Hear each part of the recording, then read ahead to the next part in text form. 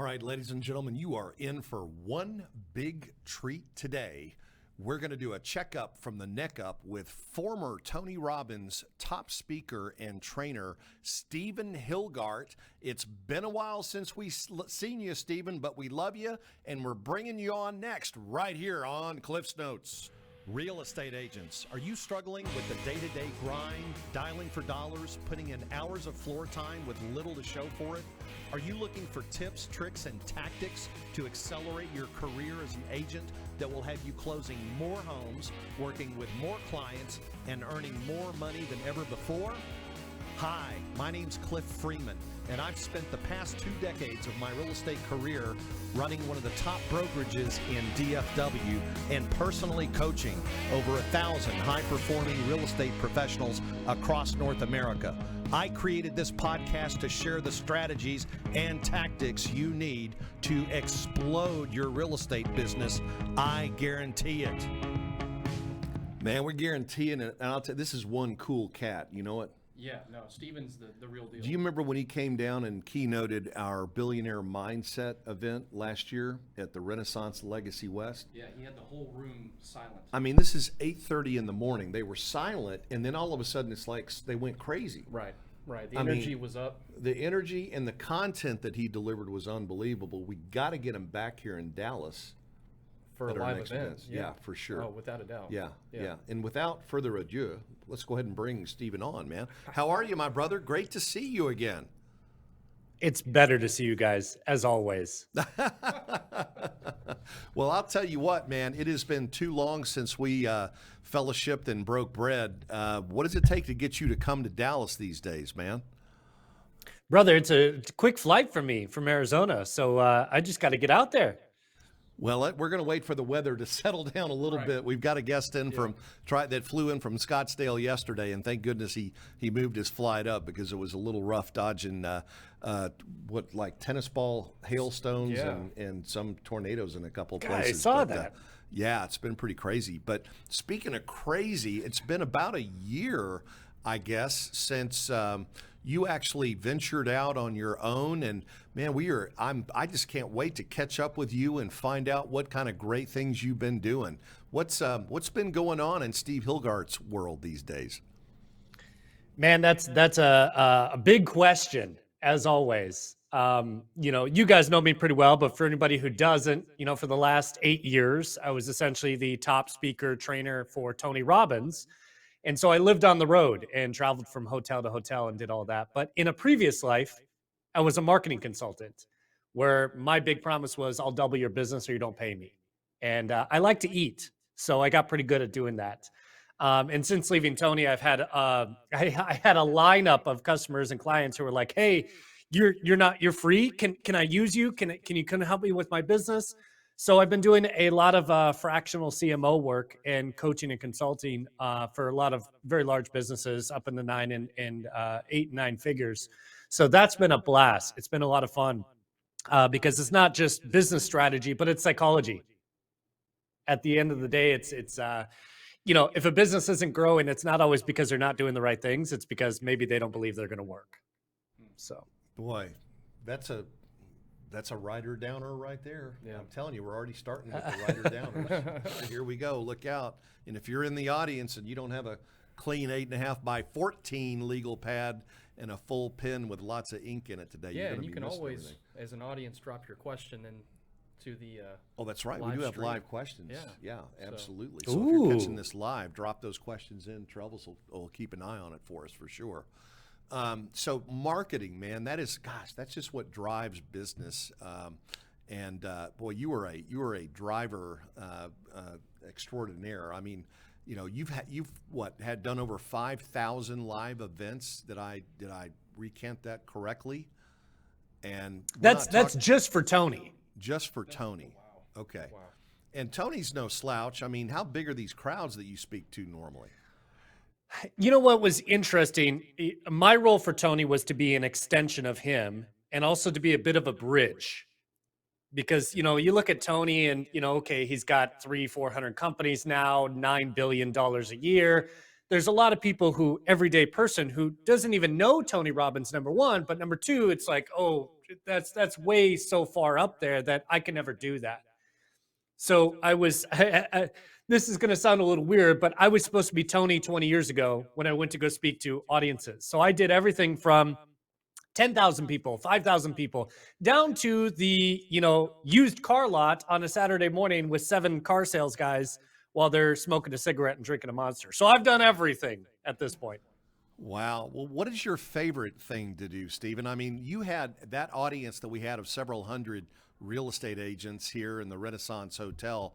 You had them mesmerized. I'm convinced that you understand and know how to do group hypnosis. Is that true? Yeah. Maybe a little bit, but it's probably not as magical as you might think it is. There's just I always viewed it as almost a stand-up comedy routine, because there's things that you can say and things that you can get away with certain crowds that you can't with other crowds. And just out of the experience over so many years, that was a challenge. And remember, my first big business was a karate school, and I had one of the largest martial arts schools in the country. And so I was teaching 16 karate classes a day to kids, teens, adults. So being able to speak 16 times a day for 5 or 6 years in a row, that was another piece of that experience where you just start to see things that are happening in the room. Like, oh, that kid's going to be trouble, so I better take care of that before it becomes a problem. So I don't know if you would call that hypnosis, but the same thing happens with adults, right? Oh, there's a heckler. I got to take care of them. Yeah. No, that is fantastic. So as you're engaged with these, and you used a term that was really interesting. I believe you said you're like the fractional CMO. Now, I've heard of fractional CFOs. Sure. How does it work if you're in there? Are you in there working on specific projects with your clients now, or are they engaging you over longer periods of time with certain goals and objectives? How do you measure how you're benefiting your folks? For me, it's always an increase in revenue, because that's one of the easiest things you can track. Again, previous to my life with Tony, I had this incredible, I always say this, I stand on the shoulders of giants. I'm not the smartest guy on the planet. I'm not the best on the planet, but I've worked and been coached by the best on the planet. So Jay Abraham was a big coach in my life. And I always wanted to be like Jay Abraham, where I would walk into a business, I would give them a couple tools and strategies just to be able to see the game plan and take a percentage of the sales that I make them. So that was kind of always how it worked. Now, that was like as a consulting thing. For a lot of larger companies, they're looking for someone to sit in that CMO role. But I've got such entrepreneurial ADD that I like to still be a gun for hire, where I can go work in this business for several months, make a ton of money, go work in this business for a couple months. And I love the excitement of a new challenge. Wow, you mentioned Jay Abraham, and I think that when you were talking about maybe getting some royalties, there was a deal that he did with Shaquille O'Neal, if I recall, and it was about a muscle reliever called Icy Hot, and I think that was one of his big claims to fame. They had a product that it's similar to the stuff that we used to get in high school. When you had a muscle, they'd put this balm, atomic balm, and whatever, and it was, it was cool initially, and then it would get really hot. In fact, I shouldn't say this. I guess I can say this on TV, but some of the guys in the football locker rooms would take some of that stuff and put it in the other guys' jock straps in their lockers, and then brutal. You talk about a wake-up call. But it was the whole notion of icy hot, contrasting and just the things that, as we were students, when I worked with Mike and Jay at Kinder East, Jay and Mike and Jay, Jay and Mike, and NAEA, Jay Abraham was a keynote speaker of ours, and of course he wrote a book called Getting Everything You Can Out of All You've Got, or getting something like that, and there was a lot in there about risk reversal and stuff. And so we've been great, admirers and followers of Jay Abraham's for a long time. I'd like to ask you, because you have great thought leaders that you follow, and man, any book that you're reading, I want to know what it is because I want to go read it. What were some of the specific things in Jay Abraham's teachings that really, was it the risk reversal? Was there anything in particular, if you had to sum up Jay Abraham in a few words, what would you say?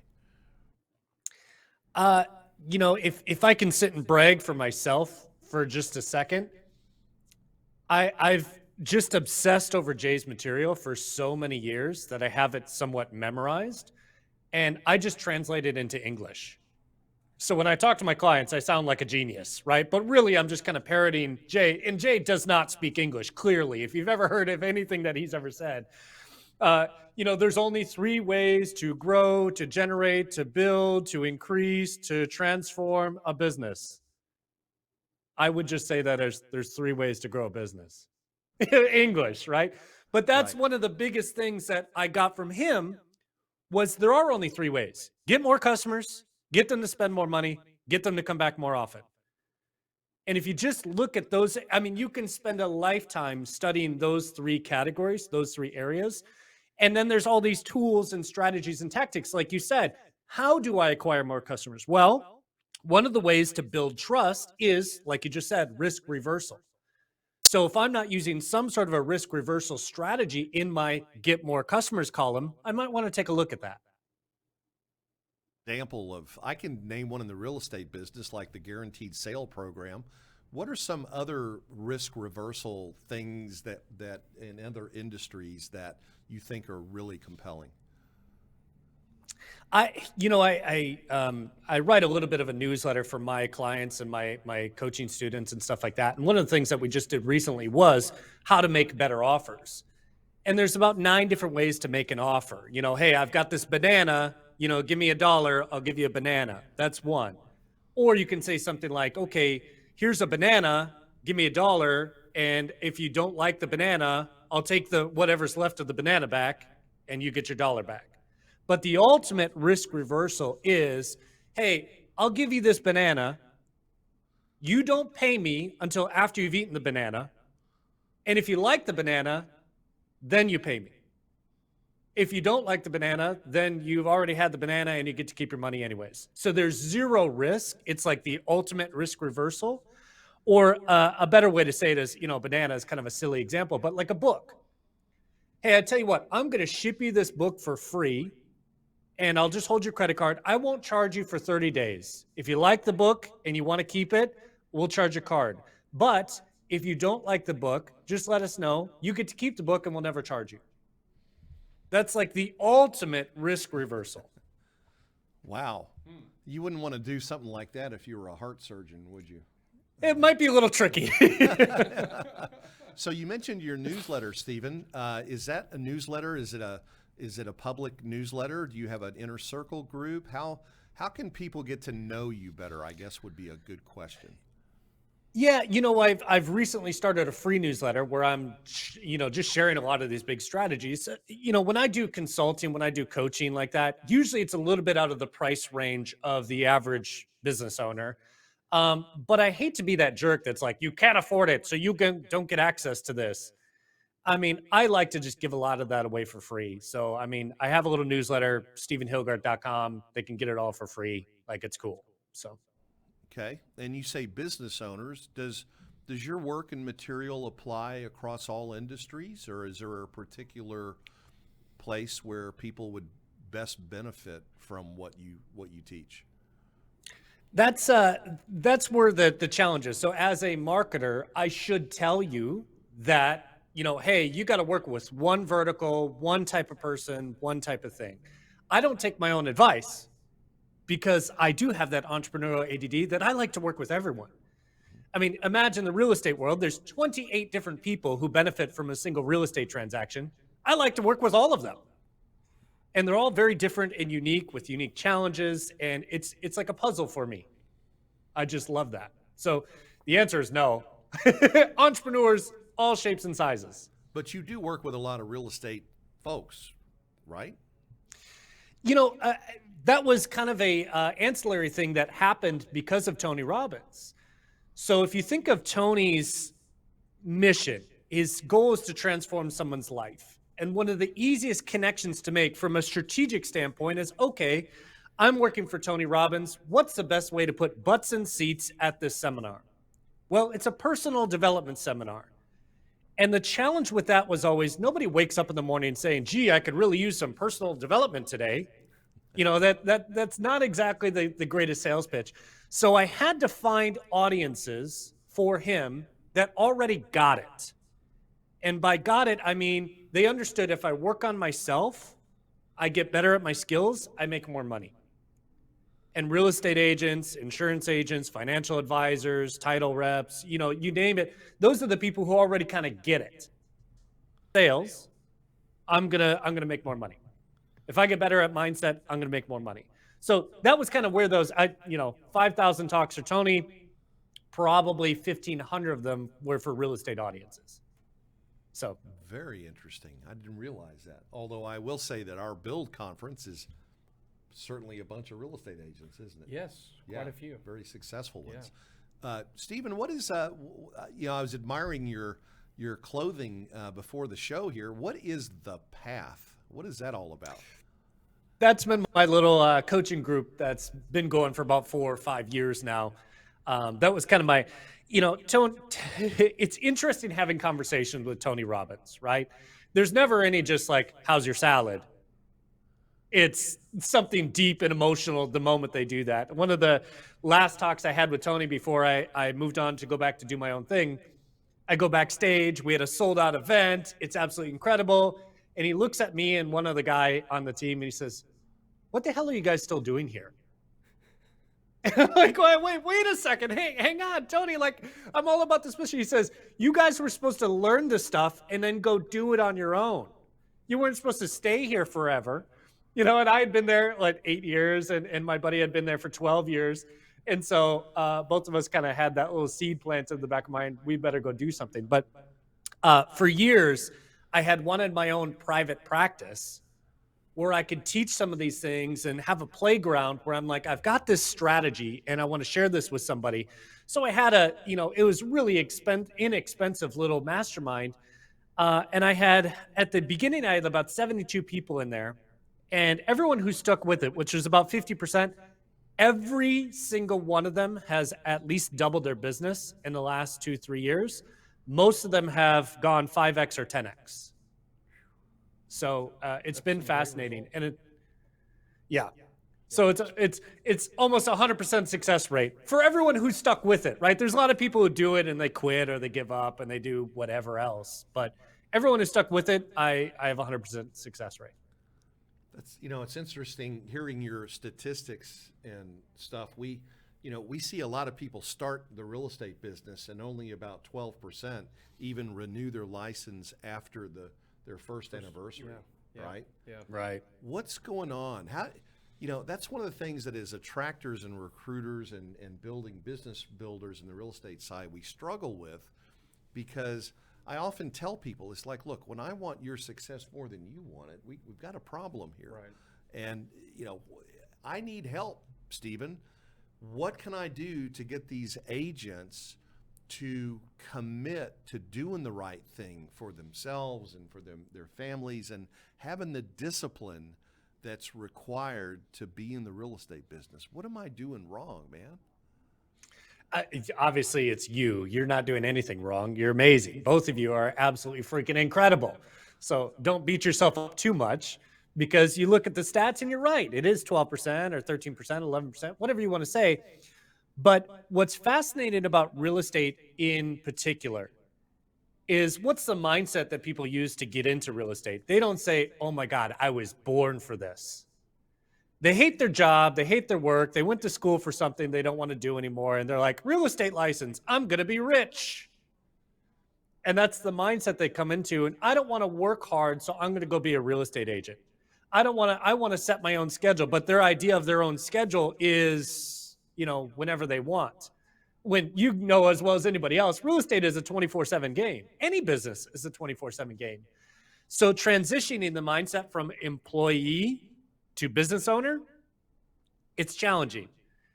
And that's what you're trying to really teach someone who wants to be successful in real estate. They're looking for the tactic or the thing of like, let me put my face on a billboard and that'll be successful. Well, that's only one tactic. That's not a strategy. And if you think about real estate or any business, it's realistically, it's only three things: get a lead, make an offer, follow up. That's it. But most people are thinking, okay, my boss, here comes Cliff. He's going to give me leads. He's going to tell me what to do. He's going to do this for me. He's my boss. When in reality, you're not the boss. You're just the guy who's helping. Right. We find that, I mean, you just nailed it, Stephen, really. Yeah, I I mean, did. that's the problem, I think, is that people don't realize that it isn't a job. It's a business, and you run your own business. In your observation over the years, have you found that successful entrepreneurs have any background in common? Do they all come from the military or have an MBA, or, did they all study underwater basket weaving? What is it? Is there any common thread that you can identify in people that given the right coaching and tools, will take it and run with it and be successful? Again, very difficult question. I've waxed and waned on that philosophically for years, and I think everyone who's an entrepreneur has, where they're sitting there thinking, what makes an entrepreneur? Why is it this person goes for it and that person doesn't? I've gone back to the old Jim Rohn advice. I don't know if you remember this, but he always talked about the mystery. Who knows the mystery of the universe? Why some people are motivated and other people aren't? And at the end of the day, the best thing that he came up with is, I don't know, some people do it, some people don't. I really truly feel like I was a born entrepreneur, and I can't pinpoint where that came from. And I've always, that's always the bigger question, right? Are they born or are they created? I think there's a little bit of both, but man, I can't tell you, because I've seen people who you would never expect to be super ultra successful. And I've also seen someone, like, especially in real estate, right? It's always real estate attracts really good looking people who are really charismatic. And you're like, wow, there's no way they could fail. They're so good looking. They're so charismatic. They're such people. And those are usually the worst ones, because they don't have the work ethic, or they don't have this or that. They don't have those strategies. I mean, can I turn the question back on you guys? Do you feel like you were born entrepreneurs? I think, let me help you with this a little bit. C2? Let me help Please. you with this a little bit, Stephen. How was your relationship with your parents growing up? Oh, I was a rebel. 100%. Love them to death. My father and I are very much alike, which is why we butted heads consistently. And I'll tell you, I guess I can go back to kindergarten. My name is Stephen with a PH. In Minnesota, they don't know how to pronounce that, so they called me Stephen from day one. So I've been correcting authority figures my entire life on just my name. Excuse me, Miss Johnson. It's Stephen. And I think that probably set a little seed in the back of my mind that I don't do well with authority. I don't do well with people telling me what to do. But that's just it. We are nonconformists. If you look at the classic example of an entrepreneur, they're out there trying to fix problems they identify, right? And serve needs for things that are not taken care of by customary and ordinary type things. So we're always looking for gaps, right, to fill. And a lot of times it comes up with, the imago. How were we raised? Were we raised to be obedient? I remember we talked with Jordan Belfort? Yeah. And, originally Jordan's mom just pounded it into him, made him apply to dental school out of undergrad. And he got into, I think he applied and got in or something, went like the first day and said, screw this, I'm out of here. And he went off and did his own thing. So I think part of what we are doing is living out the things. It's said that 70 or 80 or 90% of your character is developed by the time you're just 8 or 9 years old, something like that. I think we spend the rest of our life just dealing with these crises that we experienced growing up. And many times you can trace back certain belief systems and behaviors back to very young childhood memories and incidents and things that occurred to people. Tony talks about his mom, washing his mouth out with soap, and now how he's grateful for that, because that's what helped, make him, shape him into the man that he is today.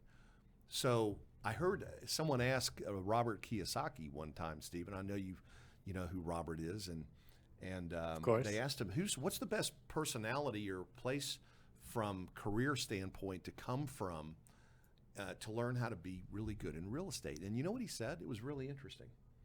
He said, anybody from the military, because in the military you learn leadership, and leadership is what is required to be successful as an entrepreneur. I just found that fascinating. I don't know that we've been able to put lightning in a bottle, but I've always struggled with how to identify somebody to this day who's going to be successful at real estate. And that's the one thing that, boy, if we can ever, conquer that, that's the, what's the word I'm looking, I can't think of it right now. I just had a senior moment. I get those occasionally, but that would be the coolest thing to ever figure out, is to have better predictability of how, not just disc and all that kind of thing, but really, what is it about somebody that is going to determine, are they persistent, will they go through, put the effort in, and so forth. Here's what I've learned about business, and if I can pick on Robert for a second, I'm sure he says that because that was his experience. And there's so many people, because we always translate our experience or transpose our experience onto everybody else. The reason I'm successful is because of this. The reason they're successful is because of that. And then we start to look for, see, I told you so. They were in the military, they're successful. See, I told you so. And that just, the confirmation bias starts to pop in. Business is so fascinating to me because you can meet, I was just at an event this last weekend in Cabo, the 8-figure boardroom with my buddy Cole Gordon. Interesting event, but it was really fascinating to see because they kind of said, this is the strategy. We've figured it out. We've got it all done. All you got to do is copy this. And there's so many businesses like that, even yourselves, like we've got it. We've figured out the formula. Just stay with the formula. But then if you look at someone else, they're doing something the exact opposite of every bit of advice you've ever given, and they're just as successful. So now who do you follow? And that's one of the interesting things I've seen about business, is that there doesn't seem to be a correct path, because you can do the opposite strategy and still win. A lot of ways to get to the top of the mountain, I guess, huh? Right. That's the path. How important, professional athletes, high-level business people, we all have coaches. How important do you feel it is for, real estate agents, for example, to have good, solid coaches and mentors? I think it's mandatory. I mean, this is my own personal experience. Again, I'm transposing my experience on everybody else, but I pay 3 coaches every single month, and sometimes it's just for a text message just to keep my head on straight. Am I doing the right thing? Is this right? Is this wrong? And I think every entrepreneur, especially if you're going to get into real estate, it can be a little lonely, because every entrepreneur, there's a lonely road. But I think in real estate in particular, it's like, okay, here's your license. Now go figure it out. You got to go knock on doors. You got to go talk to people. You got to go do this, do that. And number one, they've never run a business before. So, they don't know what they don't know. And unless they had someone like yourselves that are like going to coach them and say, hey, look, this is what I think your next 3 steps should be. Why don't you go do them, and then let's talk about them. Okay, great. What went well? What didn't go well? And if you don't have someone like that in your life, the fastest and easiest way to get somebody like that is just to pay them. And that's going to sound like such an obnoxious thing, because I think there's 3 levels. One, you take people out to lunch or whatever, you try to get free advice. Or you pay, right? Like, let me pay for your lunch. Let me pay for your dinner. Let me pay for this so I can get some advice. And then number 2, level 2, you start to look for like free advice. And I think that's the most dangerous place to be, because free advice is one of the most expensive things you can ever get.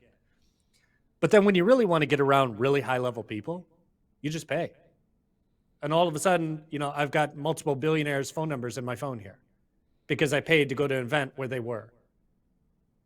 And all of a sudden I just get to meet people and I get those coaches, I get those mentors and all of those things. So I know it sounds like for someone who's just starting in business, like, oh, you just want my money. Well, I have nothing to offer you here today, but I think you should be paying somebody because it commits you, number one. And number two, you're going to get the best out of them. I want that commitment. I don't know about you guys, but I want to pay people so I know that they're going to be there.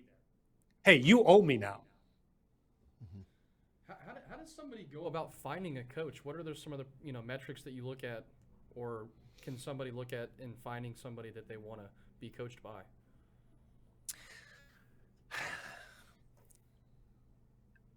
I can't tell what everyone else should do. I can just say what I've done. I wanted to be the best martial artist on the planet.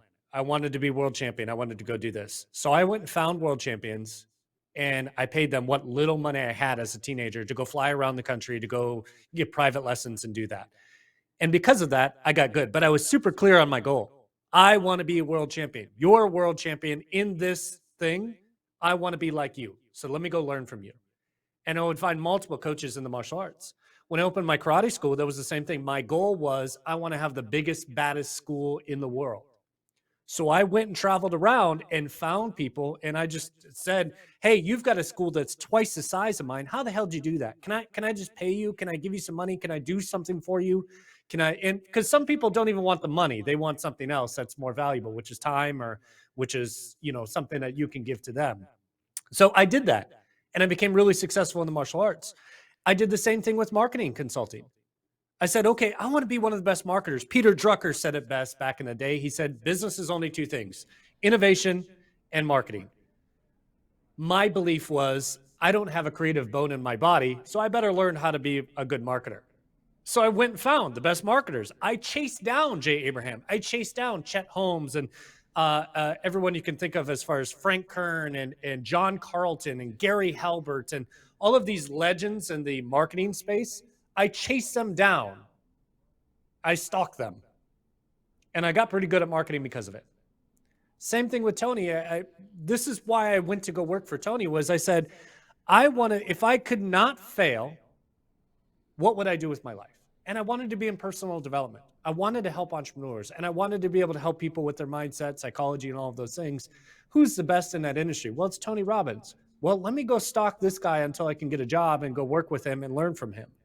So, what's so valuable about real estate is the second you get your license and you join a team, you immediately have access to someone who's already figured it out. So the nice thing about joining you guys in particular is, like, you guys really got this thing nailed down. You got processes, procedures, scripts, all of these things. I can come join your team tomorrow and I know I'd be successful. So maybe not necessarily paying for the coach, but I hope this is kind of answering the question of, like, how do you find the coach? Find someone you want to be like and go stalk them. Maybe I shouldn't say that out loud. Don't stalk them. Try to become friends. Yeah. No, that's boy, that really gives me a lot of clarity. Why do you feel, Stephen, that some people have this reluctance? Is it a scarcity mindset? Is it they don't trust their own commitment, or they're not committed, or they don't have that fire in the belly? Maybe they're not sure about why they joined real estate. Why don't they get out and just tear it up? Well, I can answer this from a psychological standpoint. The benefit of working for Tony and with Tony and being obsessed with his material for the last 20 years is that it's a psychological issue. Everyone always thinks it's motivation. Oh, you're not motivated. But there's some people who go out there, I really, really want this, but they still don't follow through. And I'm sure you've seen a million of these people who they say all day long, God, I want to be successful so bad, but they don't do it. And you're like, well, did you make your phone calls? No, I didn't do it, but I want this so bad.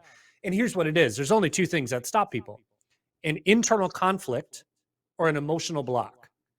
And for anyone who's not actually following through on what they want, it's usually because of these internal conflicts. I want success, but I never want to get rejected. That internal conflict will screw you up for your entire life, because to be successful, you're going to find rejection at points. I want to make the sale, but I never want to get rejected. Well, you're never going to get there. So no matter how motivated or how driven or how passionate you are about it, you're never going to make it because you're always going to be struggling to fight that battle. I want to be rich, but I never want to be judged. Well, good luck, right? So that would really be it. That's that internal conflict or the emotions, right? I'm so depressed or stressed or frustrated that even though I want this, I can't even get myself to take action. Are there any strategies that you can give somebody that's dealing with something like that? Like to overcome those? Yeah, as a coach, yeah, how do you help somebody that's dealing with that, Stephen? Give us your good stuff here. The good stuff. Well, that really does boil down to like a kind of a one-on-one or one-on group, like a therapeutic session where you really uncover and identify. Now, you can do this on your own. You don't need to hire a therapist. You don't need to hire a coach unless you feel like that's what you need, because that's where it is. But realistically, step one, identify and understand the world, right? Okay, you're right. I do want success, but I'm deathly afraid of rejection. So I'm not going to make the phone calls because I don't want to be told no. Once you identify that, now you can actually deal with the problem because most people haven't even identified what it is that stops them. And all it really takes is sitting down, grabbing your journal and saying, why am I not where I want to be yet? And just list out all the reasons, all the challenges. And, whenever I've done this with people, the biggest thing that pops up, fear of failure, fear of rejection. I don't have the money. I'm not getting good leads. We did this at your event where we just listed out all the reasons why you're not as successful as you thought you should be. And it all pops, it's always the same damn list. But once you identify that, now you can sit there and say, okay, number one, is this really true? Am I really afraid of rejection or is there something else going on? It is rejection. And like you said, it came from my childhood or it came from this, it came from that. At the end of the day, who cares where it came from? The way you change it is by reframing it. One of the fastest and easiest things that we can all do immediately is just reframe that conversation in my head, which is if I truly understand it, and you can't just do it intellectually, it's got to be emotional. So when you talk about the belief of, I don't get rejected. I just get told no until I get told yes. Hey, did you know that it takes 7 no's to get to the first yes? So, hey, could you just say no to me 6 times so we can get to that yes? Ha, ha, ha. Okay, cool. But you make a joke out of it. You reframe. You guys you're very familiar with the term pattern interruption. Mm-hmm. And pattern interruption is the fastest and easiest way to make any change, right? Make a joke out of it. Interrupt the pattern. The moment you feel like you're getting rejected, like you just got to interrupt that pattern. Honk someone's nose or something, do whatever it takes to do something dramatic to change that. So with that being said, if I'm in success, but I'm afraid of rejection, now if I interrupt that pattern, the moment I start feeling rejected, now the goal is to reframe it. Is this something that, I have a fear of failure? Well, what is fear? Well, fear tells you, it's an action signal that tells you be prepared. Well, wait a second. Maybe I'm not really afraid. Maybe I'm just not prepared as I should be. So I better have my listing presentation on point before I go in to give a listing presentation. I better not just wing this. Hey, what are some of the things? And just those things right there, when you reframe it, I don't personally have kids, but I've known a lot of young girls like this, young ladies that I've trained and kind of raised in the martial arts over the years. And parents would come to me and, God, they're just so rebellious. They have such an attitude problem and they always talk back to me. And okay, is there a time where that attitude would be beneficial? Well, no, I can't even get them to do their chores. What about if they're in the back seat with a boy and they don't want to be there? Do you think that attitude would be beneficial in that point? Well, yeah, I guess you're right. Okay, cool. So just understanding that everything has its context. And yeah, you might have a fear of failure, and that might be telling you like, hey, you're not ready for this. You better start training. You better, hey, call up Cliff, and get some training, get some ideas, can I role play this with you before I go into this? Because I'm just not feeling too good about it. Great idea. Stephen, you're busy with companies. You're still speaking, doing big speaking engagements. Is any part of what you do, if there are just some individuals, for example, who are watching the show today, and I mean, you're putting out a really powerful message to some people. We don't want to just leave them going, what's the next step? What is the next step? Are you available to talk to people, or do you recommend they talk to some of Tony's folks? What's the best way to help someone who's on the call that's struggling right now? You know, I love people to death. So I'm always there to help regardless of the situation. Yes, I'm busy, but I'm never too busy to help. So if someone wants to, need some extra help, need some extra ideas, just come join the free newsletter. Like that's where we're at. And if that helps you, great, cool, fantastic. Like I said, for most businesses, I'm a little priced out of the market for most businesses. The ones I'm working with are 8 and 9 figures. So if you're not at that level, I might quote you a price that would be offensive. So I don't want to do that to anybody there. But even if you can't afford that, I'm always willing to help and give advice and do that. So I've got the blog, I've got the articles, I've started the YouTube channel, all of that good stuff. But one of the things that I'm very fascinated with by recently is artificial intelligence, and I'm in the middle of my 10,000 hours to become a master of it. I'm about 3,500 hours in, so a lot of my public facing content and stuff will be about how to do your marketing with artificial intelligence. So if that's beneficial to them, great. But I'm going to give a lot of that away for free. So Gonna have to pick his brain. I was playing around with ChatGPT last night until about 1 in the morning. Just it's a lot of fascinating, interesting. But it's really really fascinating how you can get things answered in a matter of seconds and have tacticability with that into your business immediately as well. absolutely. I don't know if you have time or we have time to talk a little bit about any of the AI stuff that you're working on, but I'm here all day for you guys. I'm not leaving. well, talk to us about your recent venture with AI. What does that look like? Well, I've had a couple different projects. Some of them I can talk about, some of them I can't talk about yet, with some NDAs and stuff. But for my personal project, I'm a marketer. And when I see the technology shifting, I don't know if you've been following this space. Like I said, I'm really deep into this stuff right now, and I see not only what's available now, but also I'll have to show you this video. It's really funny. I don't know if the Bears have shared this with you. I did it for Kristen. I posted on my Facebook the other day. I said, "Is anybody worried that artificial intelligence is going to steal your job?" And 100% of the people said, no, no, no, no, no, no, no, no, no. And one of them in particular was kind of a jerk about it, who was a real estate agent in a area. So I said, all right, let me prove my point a little bit here. So I went to one of their listings in MLS. I found it, but I also found it on Zillow. Of course, there's no description for the home. The pictures are terrible. Everything is awful. So I said, okay, great. Copied all of the features for the home, stuck it in a ChatGPT, said, hey, can you write me a better description for this home inside of there for Zillow? Spit it out in 2 seconds.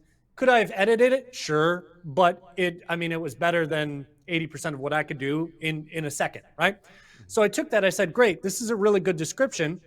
Could you also take a look? I went to another artificial intelligence thing. I said, can you look at this home address and give me some pictures of the outside of the home? Boom, pictures of the outside of the home. And then I said, hey, can you take this feature about ChatGPT, can you turn this into a testimonial in a dramatic narrative referencing one of their greatest competitors and tell them why I was so happy to work with their greatest competitor to buy that house that they had listed? And then I put it into another artificial intelligence program called Descript. I said, record this in my voice, put B-roll video that are similar to houses like this, and put some background music onto it. In 2 minutes, I had a video. I'll send it to you. We can post it. In 2 minutes, I had a video, and it's absolutely ridiculous. It's silly. It's, I was searching for a home, a haven where I can place my weary head. It's really dramatic and over the top. It's really silly, but thanks to Kristen Bear's real estate team, it was hilarious. I'll send you the video. I couldn't stop laughing. But it just goes to show that, number one, artificial intelligence is probably not going to take your job anytime soon, but someone using artificial intelligence will. And that's not sometime in the future. That's literally right now. Yep. And when I shared this video with a couple of people, I said, I told them, I said, look, I know the voice is a little funny because it's AI. And I said that, and they're like, I couldn't tell that it wasn't your voice. Right. Wow. No, And so it's pretty already special. there. Yeah. We are there. I mean, there's already people doing certifications on AI. I really think that it's going to be another pillar to the business to help you, optimize it, right, and help you be more efficient. And that's just my 2 cents. I'll kind of take a seat back here and let you. Well, Stephen, I think you really make a lot of sense when you say AI is not going to cost you your job, but somebody who is using AI is going to swim laps around you, essentially, right? Yeah. So, I mean, it creates efficiency. If you can create content that quick on the fly, I mean, content creation and editing is one of the things that takes a dadgum long in everything that we do. And if you can come up with something that is lightning in a bottle as far as I'm concerned. I'll give you a perfect example. I'm working with a company right now. They're doing really well, but they have 16 people on staff just to create content all day. Yeah. Yeah. I took them through the process yesterday. We completed all their content for the week. It was like some 90 pieces of content in 5 minutes. Really? Yes, sir. I'll go even as far as to say this. I have a bachelor party that's coming up in Las Vegas from one of my best friends. Uh-oh. I asked ChatGPT to plan the 3-day bachelor party. It literally gave me events for the morning, the middle of the day, and the evening, along with late night recommendations and where to stay. For every single day we would be there. And then you can critique it and tell it to, make it more manly, or you can, say, hey, take out the chain restaurants and make it more, exclusive, if you will. I'm still learning the language and how to talk to ChatGPT, but yes, it's very, very unique. And I had an itinerary for our boys' bachelor weekend in a matter of seconds on places we should go to, the things that we should see, the golf courses to play. I'm blown away by it. This is exactly why he programs my VCR. Exactly.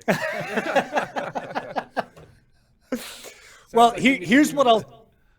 ChatGPT is obviously in the spotlight right now because OpenAI is kind of what started the snowball, and they were fastest to 100 million users. I mean, it was like, 5 days or something? It was stupid, the speed at which they grew.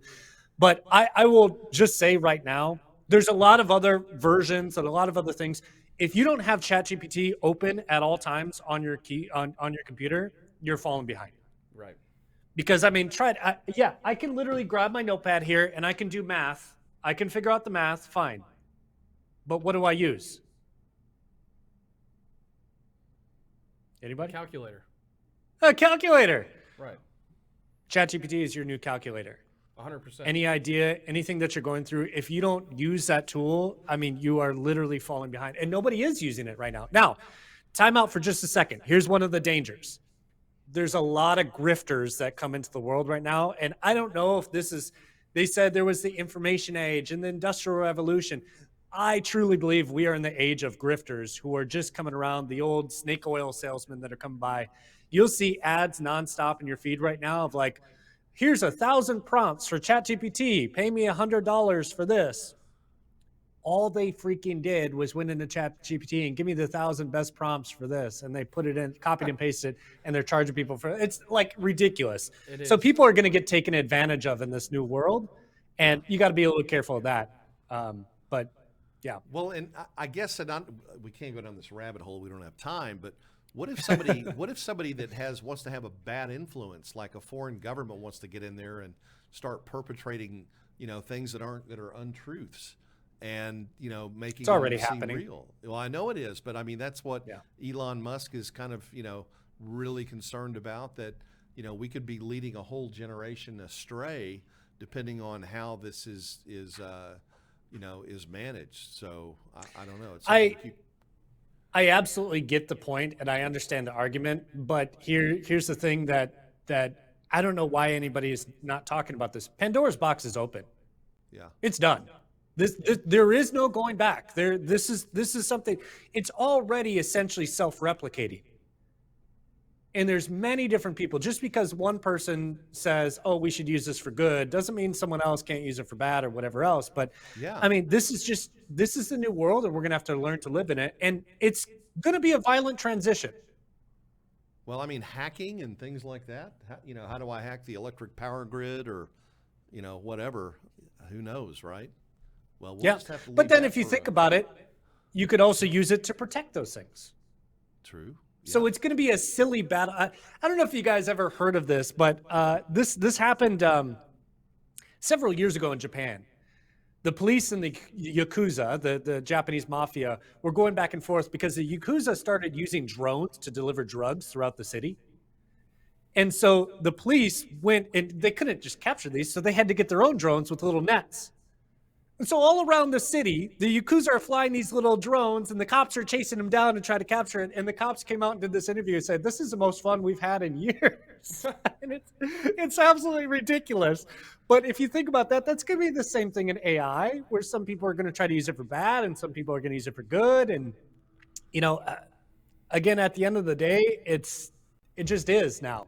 Yeah, it is. So instead of arguing like, is this a good idea, bad idea, whatever, it is. Yeah. So, We'll we can go down a lot of rabbit holes. Yeah, we'll have to pick your brain more about that, and even maybe have a podcast geared towards AI. Yeah. Well, what a great 100%. edge of the cliff to leave the show on today, right? Cliffhanger. So you'll have to tune in next time for Steve to explain the rest of this.